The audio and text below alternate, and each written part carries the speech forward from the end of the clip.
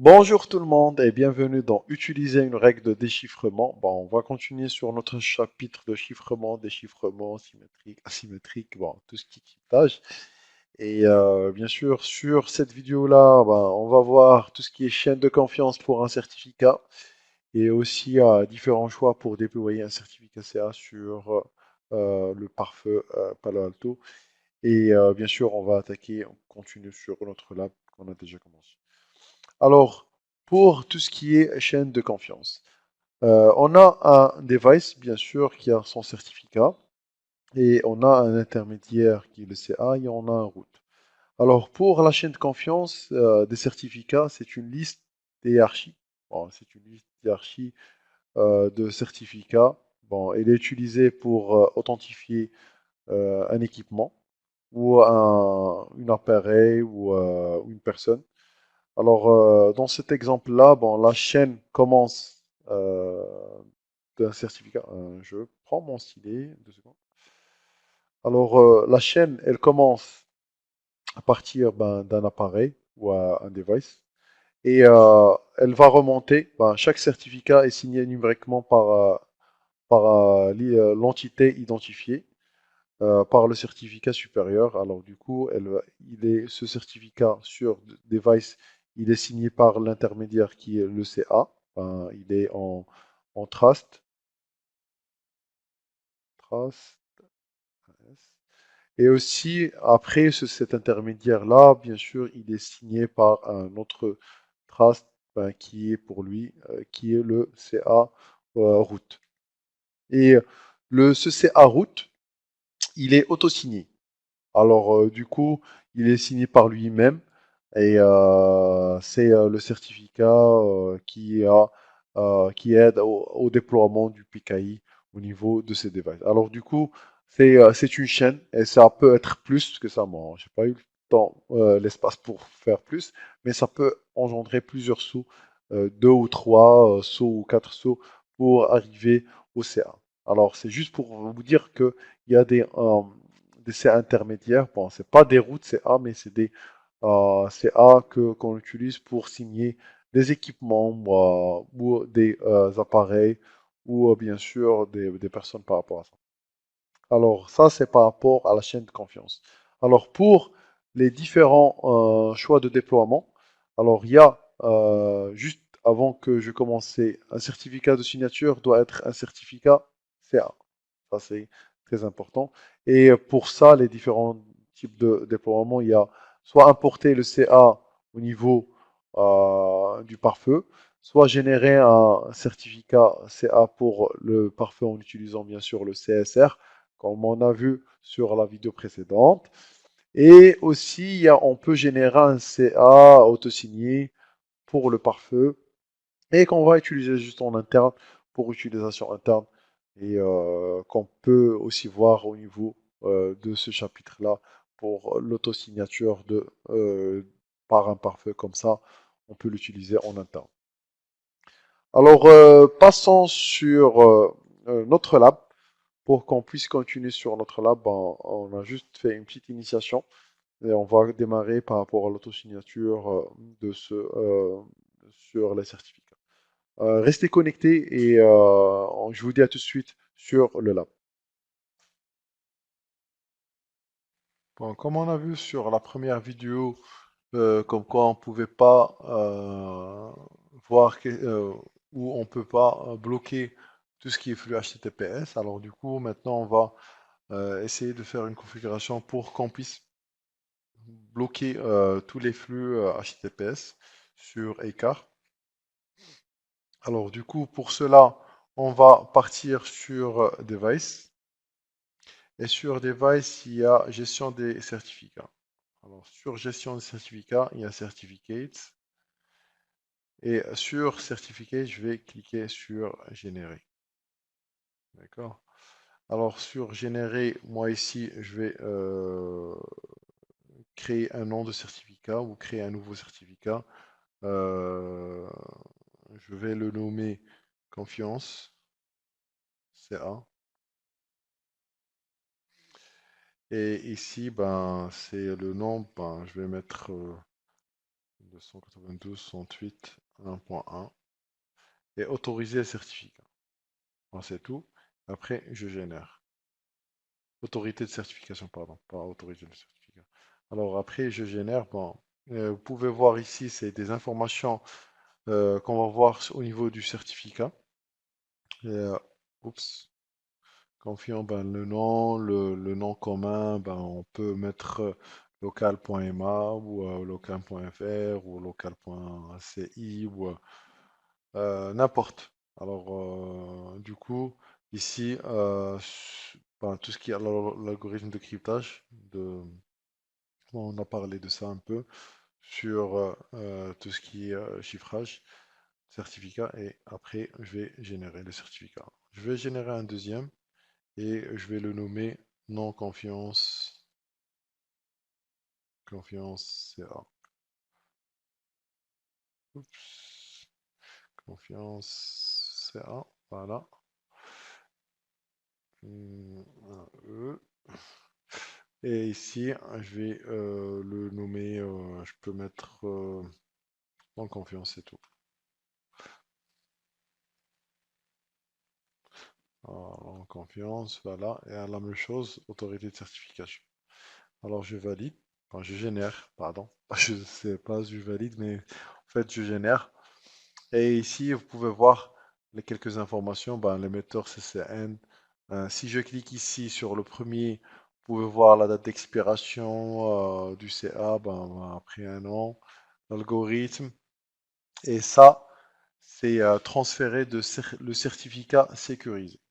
Ben, parce que c'est ici, j'ai cliqué sur confiance CA. Alors du coup, je vais cliquer sur transférer le certificat sécurisé. Ben, je vais checker ça. Et sur le deuxième, je vais cliquer ou cocher tout ce qui est transférer le certificat non autorisé. D'accord? Ben, vous pouvez voir aussi par rapport au CN, ben, comme on a vu, mais ça, on ne peut pas le modifier. Ici, tout, l'état, son état est valide et tout ça. Bon, on va voir par rapport à l'export, l'import des certificats sur les vidéos prochaines, les prochaines vidéos, pardon.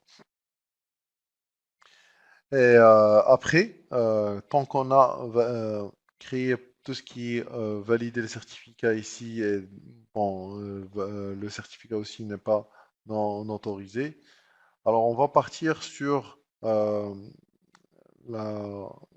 tout ce qui est URL pour qu'on applique ce certificat. Alors on va partir sur objet, objet personnalisé. Bon, on a déjà vu par rapport à la catégorisation des URL. Alors catégorie dans la première formation bien sûr. Et je vais ajouter une nouvelle catégorie pour le décryptage. Bon, je vais le nommer lab de décryptage ou un truc comme ça, lab de déchiffrement. Bon, voilà. Et ici, ben, décryptage, page URL pour la... Parce que ici, je vais spécifier des URL, d'accord, que je veux décrypter là-dedans. Alors, je peux partir sur des URL sur lesquels je veux décrypter tout le contenu qui se passe là-dedans. Et bien sûr, vous pouvez partir sur une catégorie des sites ou importer une liste. Moi, je vais juste faire le test par rapport à écart. Alors, je vais faire entrer tout ce qui est écart là-dedans. Alors, écart, org, je peux ajouter même du Palo Alto, hein. Alors, Palo Alto Network.com. Et je peux ajouter aussi, bon, écart. Si je mets, alors, écart.org. Bon, ici, l'étoile, c'est s'il y a quelque chose avant. Et je peux le bloquer. Alors, la même chose pour Palo Alto. Alto Networks. Voilà, .com. Bon, j'ai juste ajouté ces deux URL. Je me contente de ça et je valide là-dessus. Alors ici, vous pouvez voir la liste qu'on a ajoutée des URL. Maintenant, on va créer une règle de décryptage. D'accord? C'est pas une policy comme on a vu ici dans les policies, dans policy, voilà. Ici, il y a une règle au niveau pour le décryptage du contenu. Alors, je vais partir parce que le décryptage, c'est un traitement de plus. Du coup, vous devez savoir si vous avez beaucoup de décryptage à faire. Alors, du coup, c'est beaucoup de traitements, des traitements CPU, mémoire. D'accord? Euh, on ajoute et on va le nommer decrypt URL. Voilà. Et ici, l'étiquette, bon, je vais mettre grease et tout ce qui est grease, bon, vers l'extérieur. Ici, je vais l'ajouter, bon, inside en any, destination outside en indifférent, any. Et ici, par rapport à l'URL, pardon, service et URL, ici c'est any par rapport au service. Et par rapport aux catégories, je vais ajouter celle qu'on a créée tout à l'heure, l'app de déchiffrement. D'accord? Alors voilà, l'app de déchiffrement. Et je peux voir les options après. Ici, dans les options, on n'a aucun décryptage. Nous, on va faire du décryptage. Et le type, bon, je vais choisir tout ce qui est proxy de transfert SSL. D'accord? Et ici, je vais laisser ça en none et je valide. C'est bon, alors vous pouvez voir que la catégorie avec le décryptage, le forward, voilà, et profil de déchiffrement, il n'y a pas de profil de déchiffrement. Moi, je vais appliquer tout ça, je vais valider et on va essayer de faire le test. Dès que c'est validé, je vais partir sur ma machine. Bon, je vais la démarrer. Euh, c'est éteinte. Alors, en attendant, bon, qu'elle démarre, je vous reprends. Bon, la machine a pu démarrer. Alors, je vais partir sur mon navigateur. Bon, je vais télécharger encore une fois le iCar, bon, sur le site iCar. Je vais descendre ici, ben, je fais n'importe quoi. Alors ici, vous avez comme quoi le certificat, il est bien là. C'est déjà une première. Bon, il n'a pas téléchargé comme on a vu tout à l'heure, mais il a affiché comme quoi, bon, le certificat n'est pas valide. Alors, bon, c'est normal parce que c'est pas une autorité de certification qui est reconnue, qui a signé ce certificat pour qu'on puisse passer sans ce pop-up parce il n'est pas connu. Du coup, on peut pas. Voilà. Alors ici, je peux proceed to, voilà pour télécharger et là, il m'affiche le blocage. Bon, ça, c'est en HTTPS. Bon, on va essayer sur un autre fichier. Automatiquement, ça m'affiche parce que il a connu la page de blocage et il a connu ce certificat. Alors du coup, il a passé directement et ça bloque. Alors maintenant, en HTTPS, ça bloque sur ces fichiers-là. Alors il a pu décrypter la trame, comme on a expliqué sur la vidéo précédente. Et il a pu bon, bloquer ce fichier-là en HTTPS et voir rentrer dans la trame de HTTPS, voir qu'il y a un virus sur sa trame-là et il a bloqué la trame par rapport à ça. Bien sûr, si on part sur le monitoring, bon, vous pouvez voir que c'est le port en HTTPS, bien sûr, et c'est un virus. Bon, il a pu, tout à l'heure, c'était du 80 qu'on a testé, et c'est un virus. Maintenant, c'est du HTTPS, bon, le port 443, et c'est un virus qui a été bloqué par, bien sûr, le PAN, parce qu'il a pu décrypter, bien sûr, voilà les deux fichiers qu'on a pu télécharger. Bon, la gravité, c'est médium, bien sûr, parce que Icar est connu, du coup, ils savent très bien que il n'y a pas d'impact sur là-dessus, et ils catégorisent ça ben, au niveau du médium. D'accord? Alors, je retire le filtre. Voilà, alors ça, c'était par rapport au décryptage, euh, bien sûr, euh, d'un site, au niveau d'un site pour qu'on puisse voir est-ce qu'il y a un virus sur la trame ou pas. Merci d'avoir suivi cette vidéo-là. J'espère que c'était intéressant. Ben, on a pu voir comment on a pu décrypter là le flux HTTPS avant et après l'application du décryptage au niveau du pan. Merci d'avoir suivi et je vous dis à la prochaine vidéo sur alform.com pour qu'on puisse continuer sur notre chapitre ainsi que notre formation euh, sécurité avancée de Palo Alto.